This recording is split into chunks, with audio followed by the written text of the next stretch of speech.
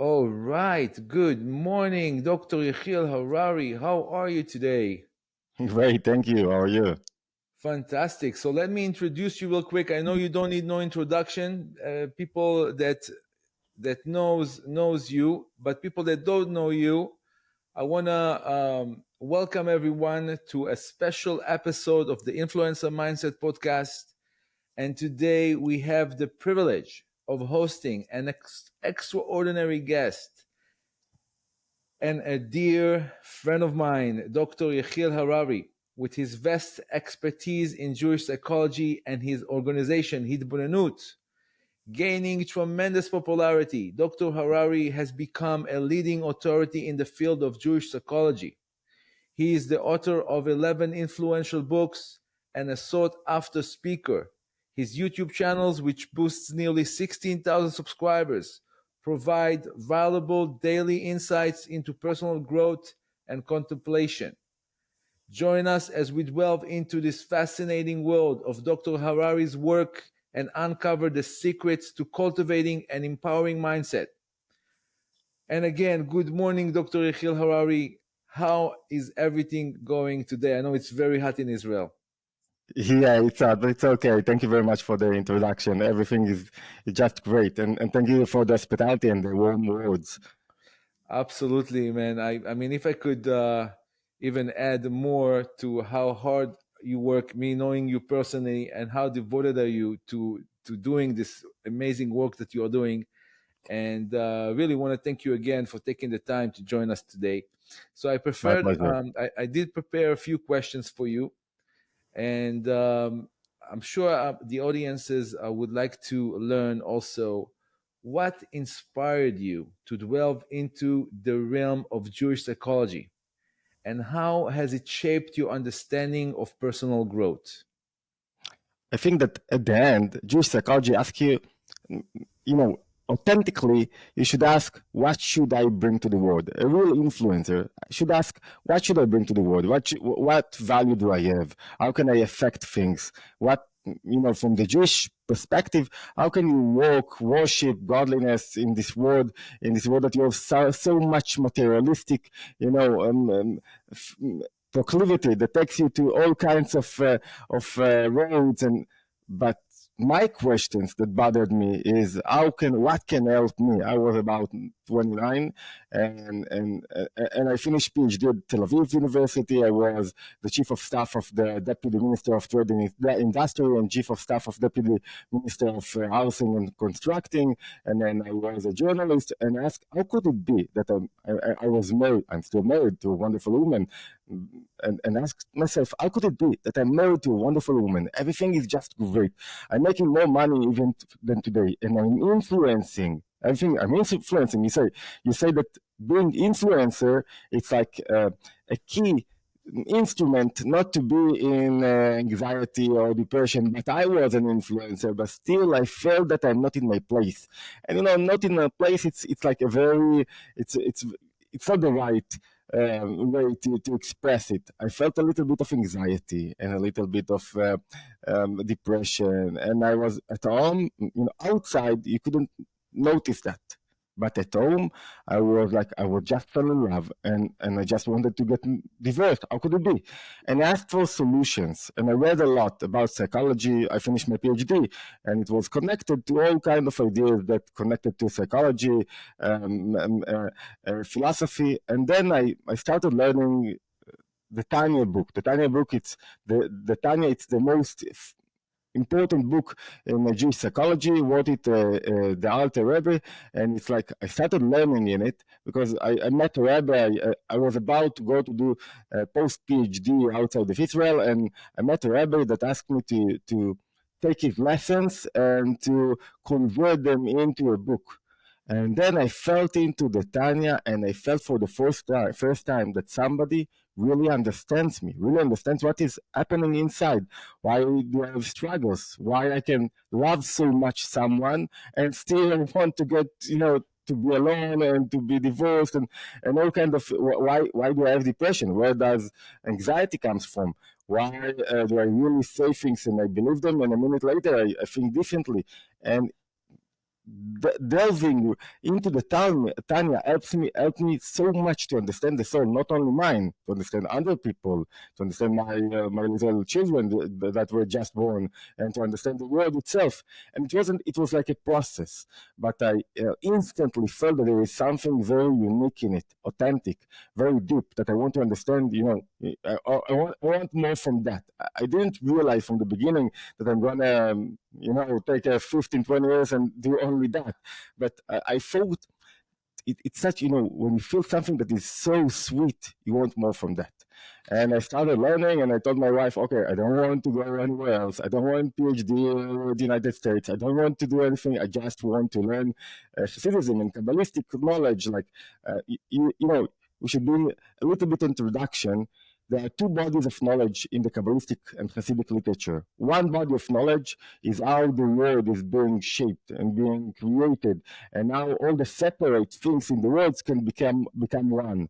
And the other body of knowledge is how is your soul animates your body. What are the different clothes, garments that of your soul? How does it work? What are the different powers or attributes that you have from the soul? That it's the soul is the source of life, and from this, how this source of life animates your body. So there are all kinds of questions, but there is a connection, connection between these two bodies of knowledge. Between the first one, how the world is being created by the creator, and how your soul creates or animates your body. And I really wanted to understand that, and it wasn't like I didn't ask what should I get from, how should I work or worship the creator. It didn't bother me at all. The only thing that bothered me, what can I gain out of it in order to live healthy life, real healthy life, and healthy wellness today. Okay, It's okay. Let's. I'm sorry, somebody is trying to call me, but it's okay. So basically, you're doing your PhD. You're learning all these theories about life, but nothing makes sense. And then you just stumble upon the Tanya. You open it, and it I touches won't say your heart. nothing makes sense. I would say that the most the thing that made sense more than anything else was the Tanya and the Jewish psychology. It's all of you all of a sudden understood that it's really something that talks to your soul, that something Of course. that didn't. So could you explain the concept of hitbonenut? Because you called your organization hitbonenut, and hitbonenut, just for our audience to know, it's a word that describes contemplation. It's so contemplation is a very important concept, and Dr. Harari will explain more about it, and how it the concept of hitbonenut can benefit individuals seeking personal and professional development. It's a wonderful question, but before we answer the question, we have to ask what is the problem that we have to face. What is the problem? And the problem is not contemplation. It's not hitbonenut. The problem always is our emotions. And before understanding the emotions, we have to ask, why do we have emotions? What is the role of our emotions? Why do we have emotions? Think of you as the creator. Why would you put emotions in somebody? And it's very easy to understand. You can think about it from the perspective of marriage or relationship. Okay, your sound is fading for some reason. Can you check your sound? Oh my gosh.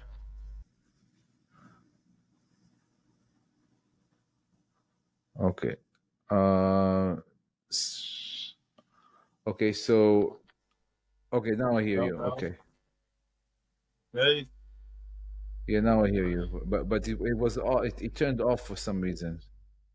So I repeat what I said. Okay, now yes. We started talking about hitbonenut. And we said before, understanding how can we use hitbonenut and what are the practical tools that we can derive out of it, we have to understand the question, the problem. What is our problem? Our problem is our emotions. It's always the emotions. What does it mean, the emotions? If you are the creator, why would you put emotions on someone. What's the role of the emotions? Why do you need emotions? And when you go to a marriage counsel or relationship counsel, and he's trying to work with you on your marriage, the first thing that he's trying to work on usually is on your communication. And communication is usually not the problem. Why? Think about it. Think about a couple that has the best communication. They speaks wonderful one to each other. They know how to do things together. Everything is just great. They don't have financial problems. But what they do not have, they do not have emotions. And get it down. Not only emotions, love, awe, and the feeling that I want to be one with someone, passion. Without that, even if you have the great communication, it wouldn't be enough. So, what are we asking ourselves? The emotions, the main role is to connect you to the world, to take your soul from its place that you are only with yourself, and to connect you to others, to your spouse, to the reality, to other things. In a way, you can think about emotions like you think about money. What's the real role of money? To take you, if you wouldn't need money, you would stay in your place. Wouldn't need nothing. Wouldn't need influence. Just thinking about yourself. Wouldn't smile to nobody. Money push you from your place and takes you to make relationships and to meet others and to see them and to be connected. If you won't bring your value to the world, you won't get money. If you won't do something good, if you just think about money, you won't get money. You have to do something. And this something is connected to relationship. So emotions.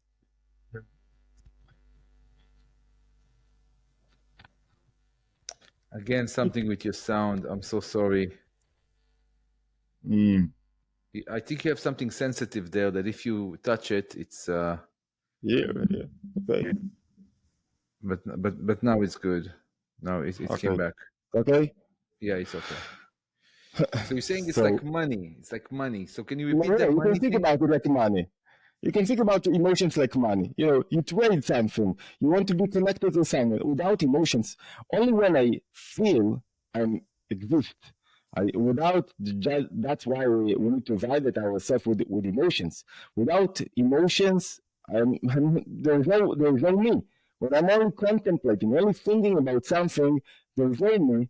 I'm becoming one with someone only with my mind. But when I feel, there is me. So now what is the problem? The problem is that when you have a positive emotion, it's the first, way to understand emotions. And to uh, separate them between two kinds of emotions. The right emotions, the positive one, are the one that push you forward.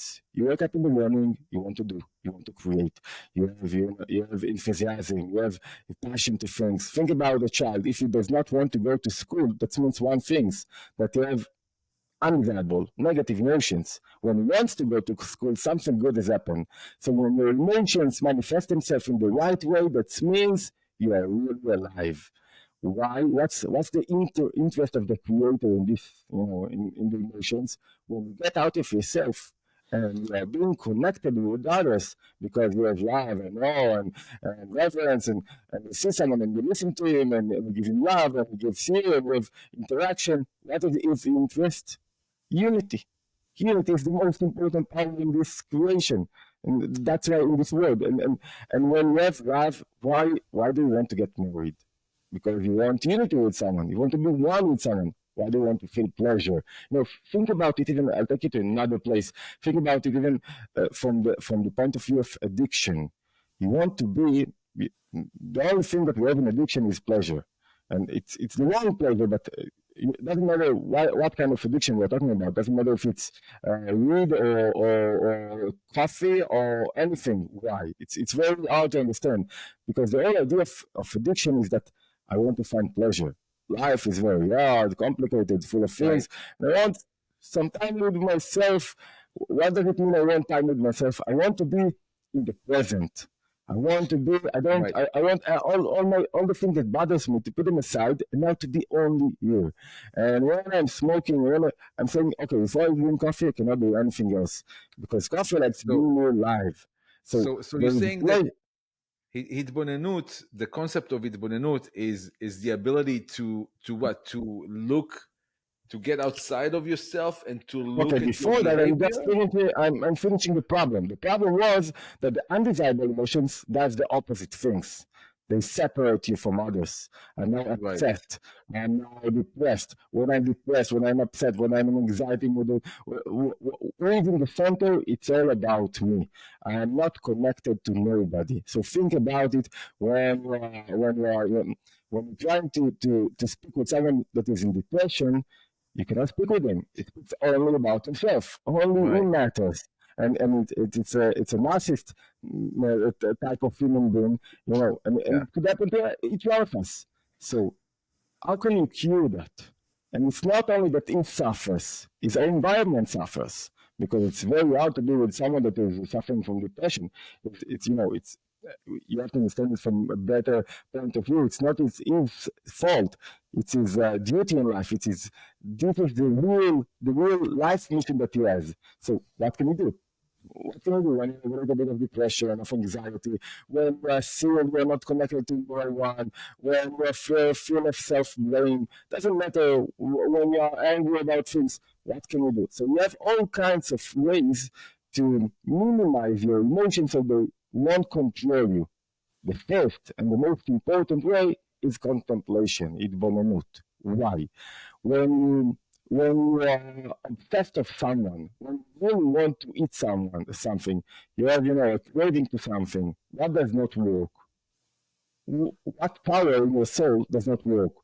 You know, what when you really want, when you are angry at someone, when you are in depression, what does not work? You're trying to speak to someone to tell them, okay, everything you have something that bothers you, but all other things are just great. Looks great, look, Right. open the window and you'll see that you have a wonderful life, but you cannot see it. Why? Because his mind does not work. His mind does not work. When I must eat this cake, but I know that the Buddhism, I cannot eat this cake, but still I'm eating the cake. What does not work in this moment? I want to do diet, but I cannot. What does not work? Your mind does not work. And when your mind does not work, that means that your emotions control you. And instead of connecting you with your spouse and with someone else, they disconnect you. You are now, it's only about you. So what we need to do, think about it. Your mind is not working, or it's very weak in comparison to the emotions. So what do we have to do? Now we have to strengthen our mind in order that they will now navigate the emotion. And how do we strengthen? What can you do in order to minimize the emotions so they won't control me? When you're angry about someone, doesn't matter, he offended you, and all the thing that matters to you is to offend him back and to tell him back bad words. Now you are being controlled by your emotions. But if someone will be able to now to take your mind and to uplift it and to make it bigger and to weaken your emotion, now you say, okay, because of that I was offended. What did it to me? Nothing. I don't really care about it. It's not really important. Think about him. He himself suffers so much. When you will be able to see things like that, now you will control your emotions, and the result will be that you will overcome your anxiety or stress or depression, doesn't matter what. And how can you do that? By contemplation. Contemplation is the way to building the mind, to make it, to strengthen the mind and to weaken the emotion, so the emotion will listen to the mind. And that's the broad explanation about Okay. what is contemplation. How do you do that? It's So another so so portion. it's like a meditation. I mean, somebody who wants to like the idea. Okay, Hitbonenut, it sounds great. Dr. Harari was talking about it. It sounds fascinating. I want to do it. What do I do? Okay. There are a lot of tools, but you have to understand first, before we'll um, work into a few tools, you have to understand the ideas behind them, the principles. First principle is to control your thoughts. The thoughts are the garments to the emotions. They manifest the emotions. The way, how do you know you love your wife? How do you know you love your children? You either tell to them to speak with them, or you didn't think about them. You're there asleep, and when you think about them, you say, okay, I love them so much. You cannot know your emotions without your thoughts. So what does it mean? If you control, navigate your thoughts, if you choose every moment what thought to think, it's a little bit like the way you can compare it to mindfulness. If you can control your thoughts, you can control your emotions. So one aspect of contemplation is controlling the thoughts and navigating through the thoughts, the emotions. How do you do that? It's another question. Let's leave it aside for a moment, and then we'll get back to it. So we'll understand all the principles, and then we can get back to a little bit of tools, how to do things. Another principle is to use your mind. The more you use your mind and the more you are being creative, we think that we need to be creative and to think from outside of the box in order to develop things. No, we need to do that in order to control our emotions. When we are creative and innovative, what's the results? That your mind is govern your emotions, and now you navigate your emotions, and it's a process. Think about someone. Think about you. There is something very issue that bother you, but some kind of philosophical issue that you want to solve, and it's fascinating you, and you are curious about it, and you have pleasure in understanding it. And then somebody is blocking you outside of a parking place. If you do not have this issue, if you do not have something that is higher than you, that you just learned about something and you really want to get deep into it, when you talk to you, you will get out of him and you will be obsessed and why you're not able to keep parking place. And but if you are staying, you are living in a higher place, then those emotions that arise after some kinds of event won't control you. Think Right. about uh, so what you need to do, there's few of the tools is to learn, to ask yourself questions, to be curious about things, to get out of yourself, to really try to understand, to find the pleasure in understanding things, Right. and and and, Right. and this is the second principle. There are three major principles. Out of them, you can find so many tools, so many tools and ways in order to navigate the Right. emotions. The first one, we said the thoughts, navigating, controlling the thoughts and choosing every minute what thought I want to think instead of letting the thoughts control me and letting the thoughts are not the problem. The emotions are the problem, and the emotion manifests themselves in the thoughts. So when I control, when I navigate, when I choose the thoughts, then I navigate when I control my emotions. Second thing we said, using your mind. Using your mind, first of all, being more creative and trying to understand and more superficial is a person that Right. says, okay, I Yeah, no, know but that. I understand what you're saying, but like for example, being creative or stopping your thoughts or like controlling your thoughts and all of that. This is something that usually people have to have some kind of a background, some kind of a know-how of how to do that. But let's just say somebody is just like right now starting to study and learn and he sees Hitbonenut as a practical meditation or something like that he can do. So this is what I'm talking about. I'm talking about something that somebody that wants to grow professionally, somebody who wants to grow on a personal level, and he doesn't, maybe he's not so religious, maybe he doesn't want to delve into the depth There is no of, connection to religiousness. yeah, no connection to religiousness, but he just wants to understand what it is from like example, the concept of meditation. What is really meditation? It's focus. To make it simple for somebody who doesn't know what meditation is, look, focus on something, focus on one thing and think about it, and that's pretty much meditation. It's focus. So Hitbonenut is different than meditation. Absolutely. If you want it in one sentence, is to get out of yourself through contemplation, not being in the middle. Getting out of yourself, maybe it's not the right way to explain. Not being in the middle. All of the undesirable negative emotions come from the place that you are in the middle. It's all about you. And you're thinking about you, and you think you want to be influencer, but really you want to be a receiver because you want people to appreciate you, to love you, to give you respect, to give you a heart, you want to accept. So you're ready to Okay. do something, but it's all about you.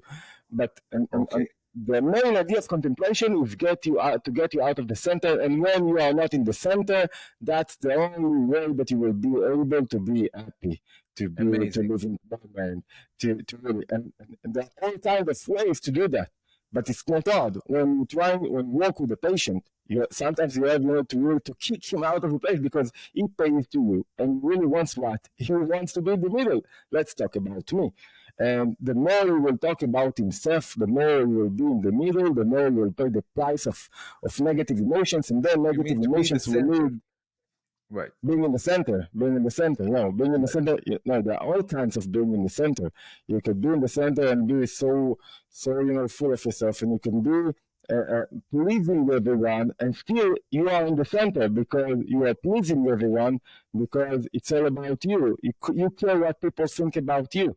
That's Right. why you please them. But you don't Right. really care about other people's, and you can be in the center when you're in depression. We said depression. It's all about being in the center.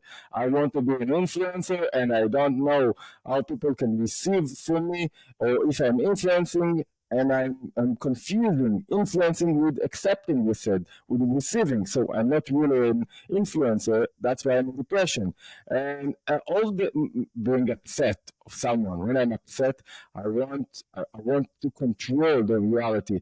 And I'm so upset that you do not go in my way. Think about anxiety even.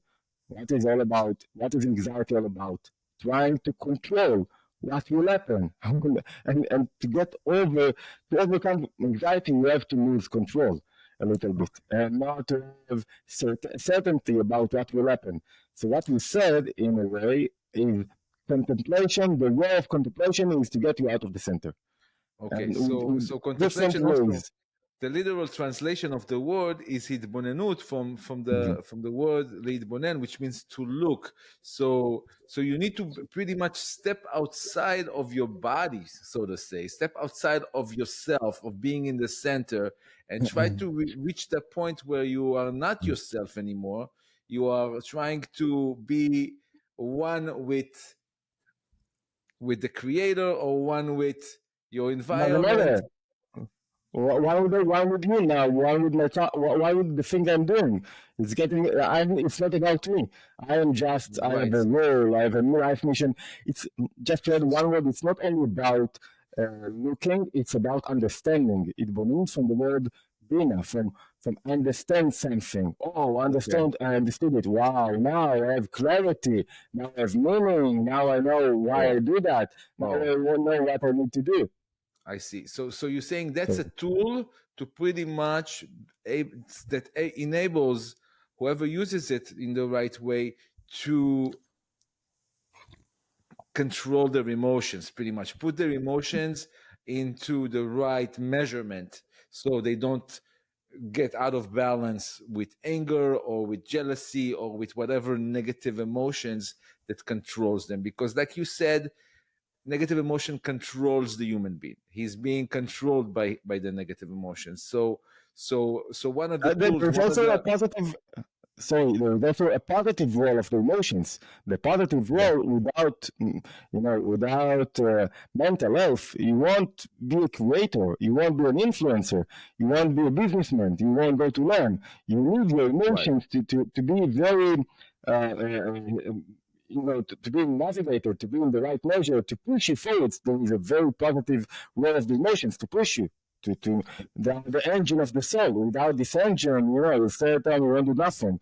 You need to work on this engine and to know when it works right and when it doesn't work right. So the whole idea of is to control the emotions and not let the emotions explode and takes you to negative places. So that I stopped you. I see. No, it's okay. So now let's just move move a little bit more, Mhm. because I have few questions that I'm if with you you. if you um like try to stay on the question this way, the rest of the question will be more Mm. precise, and maybe people will get the Sorry. ideas more, because it's a lot.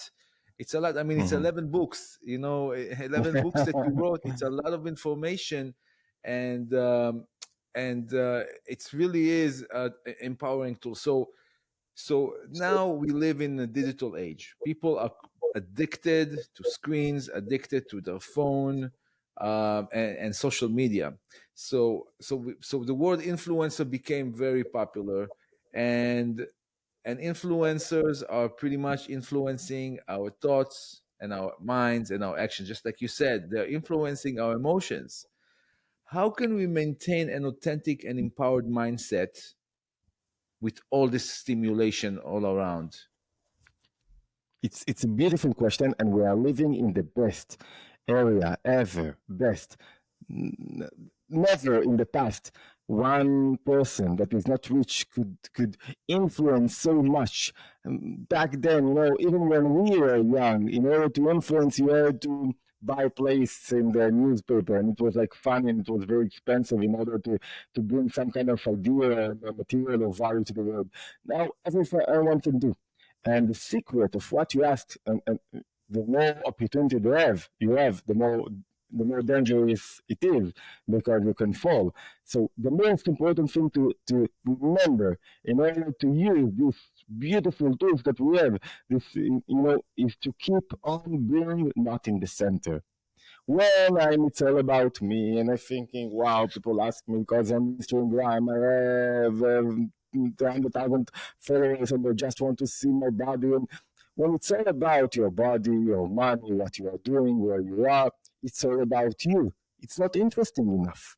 You're not really influencing. You're just thinking about yourself. So people see you as a user. You're not an influencer. They are doing a news, entertainment, really influencing. You can share where you are and what you're doing, but all I do is you give value. Without giving value, and value is not about you. Value it's about the idea, the content, what will change their life, not only your life. What are you bringing to the world? And it's not you. You can never bring yourself. You bring other things. You bring ideas and ways of living. And when you think like that, whatever you will do, doesn't matter which story you will tell, doesn't matter what kind of picture you will take, you will be safe. What does it mean safe? You wouldn't really care if you have 5 likes or 50 likes or 500 likes, 5,000 likes, or whatever matter, because it's not about you. It's about you have a life mission, you have content, you have a value, and the value is now to make people happy. Now is to teach people something. Now is to share something that change your life. And I think it's so strong. It's not about you. I don't need to get from you nothing. I'm not Right. looking for not your money, and not your you get money for that. Because when Yeah. you're influencing, you bring value to the world, people will bring you money. But it's not about the money, and it's not about the appreciation or the respect. When you think like that, you use the best tool ever. It's the best, because each Right. one of us can really make it. Capitalism, in a way, it's very connected to Jewish mindset, because each one of us can do anything. You just need to work on it very hard, and not think about yourself. Think about the message that you are bringing, unity that you are bringing to the world. Right. So Right. It's really true. So we can, like, pretty much, once we are not in the center, once we are not the main thing, we can become unlimited. The minute you are in the center and it's all about you, you are very limited because it's only you. You're just one human being, and there is no power in it. But again, when you are actually there consuming the content, when you're consuming the content, when you're influencing, it's okay, fine. But when you're consuming the content and you are influenced by all of this, what do you do then? How do you keep your mindset still in the right place? How do you not lose yourself? Because they are affecting you emotionally. They are changing your thoughts. They are changing, you know what I'm saying? And some of them, they're not so, they don't care about, they don't mm, care about how you feel. They care about if you buy. They will do it. I heard something amazing, that there is like literally brain doctors, neurologic doctors, that they're sitting down and they figured out exactly what time the brain waves are in a certain point, where if you put a message, then the message will penetrate and the person will take action, whether it is to buy something or to vote for somebody.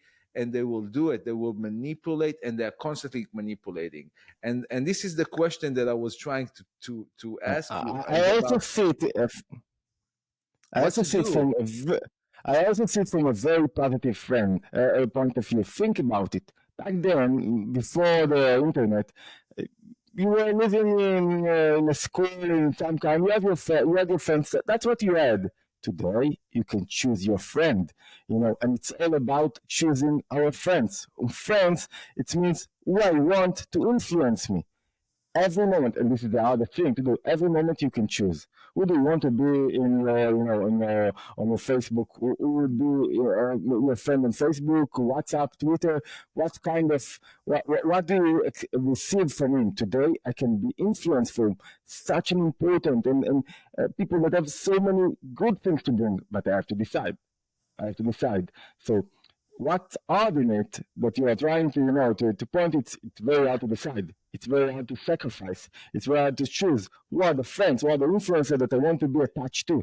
And if you are allow yourself to attach to people that elevate you and makes you think in a broad way and makes you understand your real life mission, and when you are attached to people that makes you feel good with yourself and push you forward, then you're in a great environment. You couldn't do that 20, 30 years ago. You could do only find the friends that you're in the class, in the classmate. But it's very hard. Why it's hard? Because you have to sacrifice a lot of things that try to catch your attention. That's the hardest thing that you are talking about. So first Yeah, of all, you have to decide who do you want really to influence you. Doesn't matter if you're 16 years old or you're 25. I met yesterday a 27 years old person that has so many bars in Tel Aviv and is gaining a tremendous success in Tel Aviv and is influencing and is hundreds of I want 10,000, tens of thousands of people that is following him, and we sit together and asking this question: how do you protect yourself from is not made yet, and you can be really in a place that it's very hard to navigate life and to wake up in the morning. How do you navigate yourself? How do you protect yourself? And yourself, I'm choosing the right friends also on the internet. I'm choosing the right friends. We went together to Rashbi, and he came with me to a trip to the other places. And said, "Why am I here? I have so many things to do because I want to choose the people that I'm accepting, receiving from them, so I'll be able to influence from that perspective. And without doing that, and it's very hard. Rather back, you are alone, and nothing will protect you outside in the internet. So you have to choose. But what is the hardest thing to choose? This is, I think, the answer to your questions. The hardest thing is to sacrifice all those things that I think that will give me pleasure or will promote me, but they are not real. They are not real. You're spending hours on looking at some kind of materialistic thing that has nothing, to really to empower you. So we have to decide. Let's get it down to earth. Take a piece of paper and write. What does not elevate me? What does not when I'm just sitting, before sleeping and scrolling for hours and getting nothing out of it. And when I'm listening to people, podcasts, people that I see them and I say, okay, now they push me to be a better person that is doing sport or doesn't matter. What are those persons? And how can I follow them? And how can I receive from them? And when we receive from people like that, now you feel yourself, okay, there's influencer that makes me a better person. Not only a better person that is not centered, right, self-centered. right. They say you become the five people you hang out with and you listen to. So Beautiful. make sure who you listen to, because you're going to become that person. So if you're going to listen to somebody who's trying to manipulate you, so you'll spend another dollar or whatever, and they really don't care about your mindset, they really don't care about your emotions, they're manipulating you, then you have to be really, really, truly selective. So throughout your 11 books, you have delved into various aspects of Jewish psychology. Can you share one specific idea or practice that you believe can serve as a transformative tool for individuals seeking to overcome internal obstacles and limitations? You know what I'm talking about? I'm talking about, Yes. like, I know it's a crazy question because I'm trying to ask for one thing. You wrote 11 books, and I read all of them, and they are all amazing and fascinating, and I really Thank recommend you. whoever can actually buy them and read them. There is one book in English. You have to buy it, Winning Every Moment. But if you can read Hebrew, you definitely should go to itbananut.net and start reading those amazing books.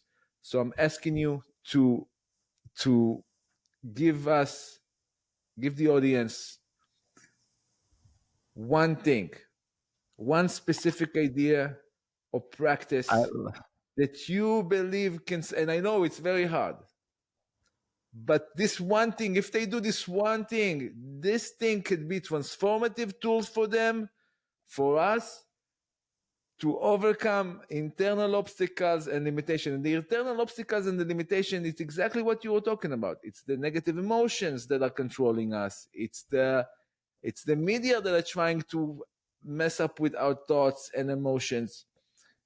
But we really want to overcome them. And I think that every human being has obstacles. But we I, want to be I, limitless. And I believe that we are limitless. The only thing that limits us is us. I think that there are a lot of answers that we can give, but I think the most important tool maybe that we have to develop and work on is maybe self-love. And before we explain what is self-love, I want to say something that it's not fair, because I have so many friends that are doing marathon, are doing sports 4 times a week, 5 times a week, and if they are losing one day of running, they are like, "Oh, I didn't run today," and it's like they are, and it's not fair that you ask, to change the hardest thing, to change your mindset, to change your emotions, which needs, a daily practice and a daily work and a daily contemplation. And to say, okay, I want this now, I don't want to work very hard like I'm working on my body. I want the pill, the blue pill. I'll take the blue pill and everything will, and it will be great. No, it's very hard to find the blue pill, because there is no blue pill. There is a hard work, the same as you work on your body, and even more. You have to give nutrition to the soul. But still, you can understand the idea. I think the most important idea that you have to develop is self-love. What does it mean, self-love? People are misuse it, and really we don't really understand it. Why? Because if I love myself too much, I can fall Right. into it's all about me. Selfishness. Exactly. So An it's arrogant contradict. person and selfless, and I'm not really afraid of selfishness. Um, the only thing that we're afraid of, that it will bring you to negative emotions. And when it's all about you, when you're in the center, you will suffer at the end. So what is really self-love? Self-love is to know that I have inside of me, there is no one condition that controls me. I'm unconditionally unlimited. And why?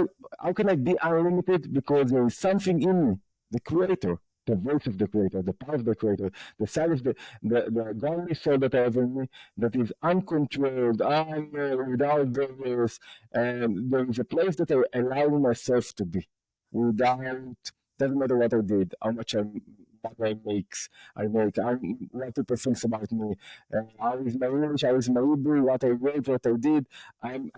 There is not even one condition that because of this condition I can accept myself. Think about real connection between a father and a son, a father and daughter. You will accept your daughter without any condition, and she needs from you a love, and it's like a self-love in a way, without any conditions. Without, doesn't matter what she does. You want her to do the good things. You want her to discover her powers. You want her to do, to push herself forwards and to succeed. But before that, the thing that everything is built on is this self-love that you give her. Why? Not because she is important, because she's something that is above anything. So the same way you have to love yourself. It's like accepting your spouse, your wife. When you accept her, not because of something, not because she's beautiful, not because she is doing good things, not because she is young or not, or she doesn't matter. I accept her, I love her, I'm connected to her without any reason, because of that, because we are one, because I love her. I don't need any reason to love her. Only then it's a true love, a real love that can overcome anything. So when I wake up in the morning and when I say, thank you, God, Madame Sadasha, that, and when I contemplate on what I'm doing, okay, there is some kind of anxiety here, some kind of difficulties here, but still, before everything, I love myself because I know the Creator loves me and puts me here in order for one reason, in order to influence, to do things, to otherwise, why should He created me? Why should He work so much to let me all this? So when you love yourself like that, there is no obstacles, no barriers, and you can overcome your barriers without this self-love. I mean, it's not an egocentric love. It's the opposite. It's the love to an endless, something, something infinite. And with this love, you can do anything. So after this love, you have to work on yourself. You have to, you have to try to use your talent and to really shape few of the things that are not good in you, that are not really precise. And but this is another thing. First thing is self-love, but from the right That perspective. that is absolutely beautiful, and I think that you really touched a very very important point here, and yeah, if people need to really search and learn more about self love, um, they're welcome to join Dr. Harari in his YouTube channel. He also have a English one, Jewish Psychology One, YouTube/Jewish Psychology One, and learn more about self-love, and don't confuse it with selfishness, with like loving yourself, because it's loving the godliness, the amazing light being that you are, the amazing neshama, the soul that you are, and from that you can open. It's like the key, from what I understood. It's the key that opens up all the other things that in your life, because you can be a channel of love from that moment.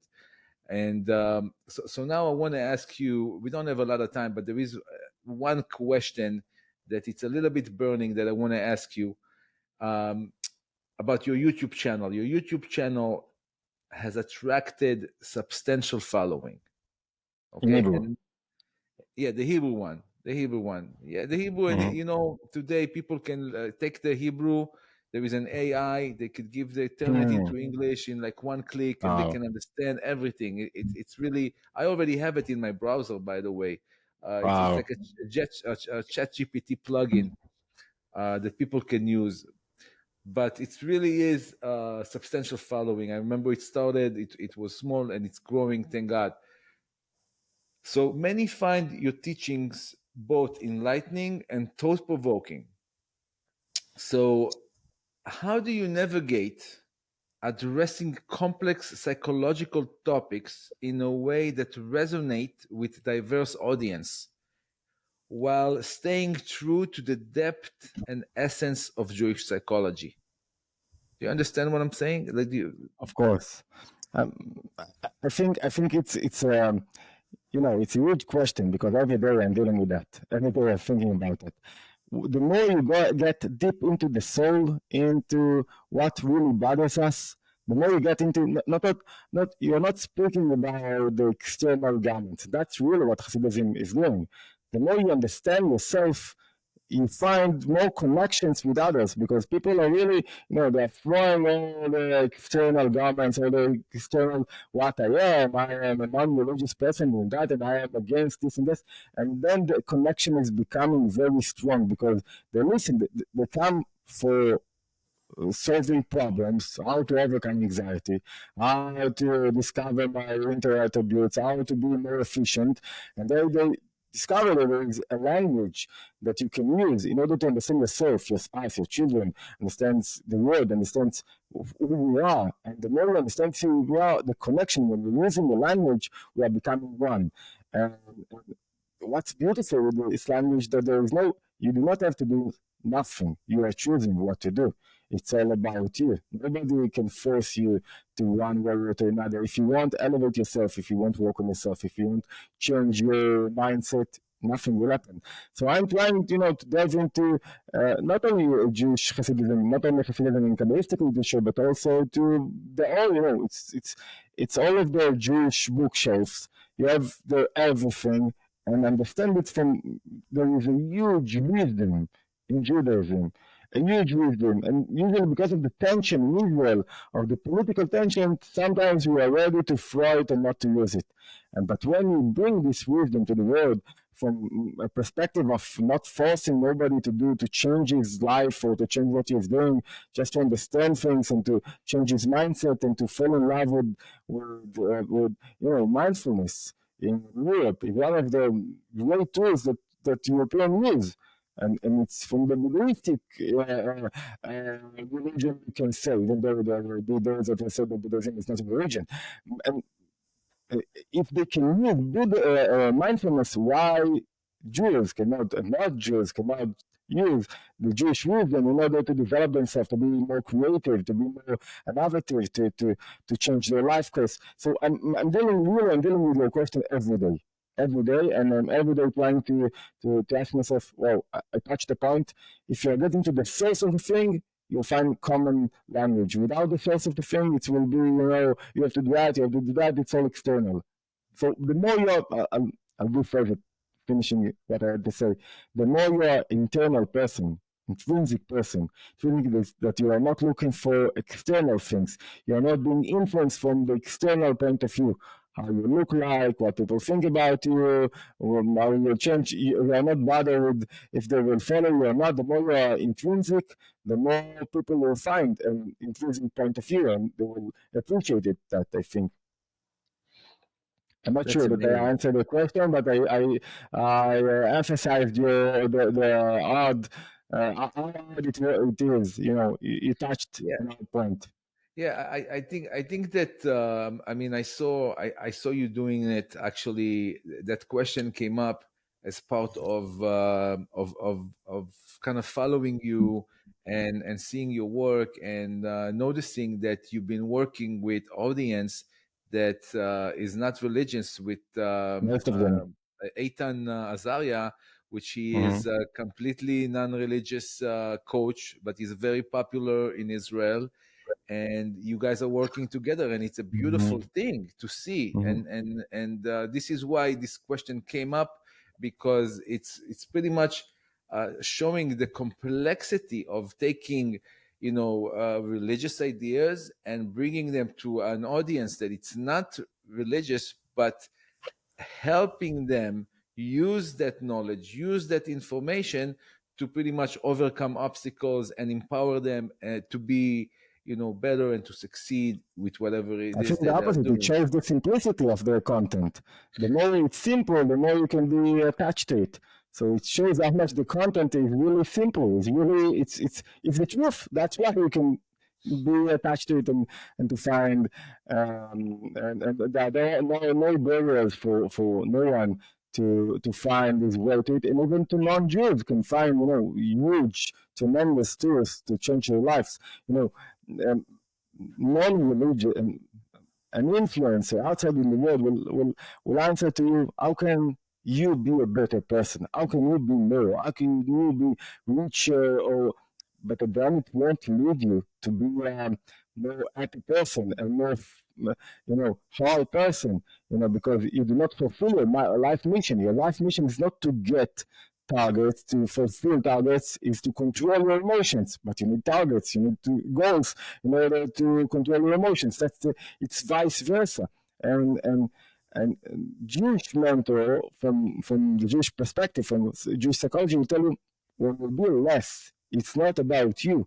When you are not in the center, you will gain more and you will succeed more and you will be more happy. And more than that, you will fulfill your life mission because you will live the right life. You could be rich, but divorced twice, hating everyone, not connecting to no one, not feeling full of depression. I think Tony Robbins wrote once a book about the 50 billionaires in the world, and he found only four that says they are happy or they have joy in their lives or something like that. Yeah, that's true. It has to be way more than that. And and it's really, really beautiful. And I want to really thank you for the time today to come over Great. here and really empower the listeners. And I think honestly, you are providing unprecedented value over here by just the amazing work that you are doing every day. And I encourage everybody that listens to follow Dr. Yehiel Harari on social media.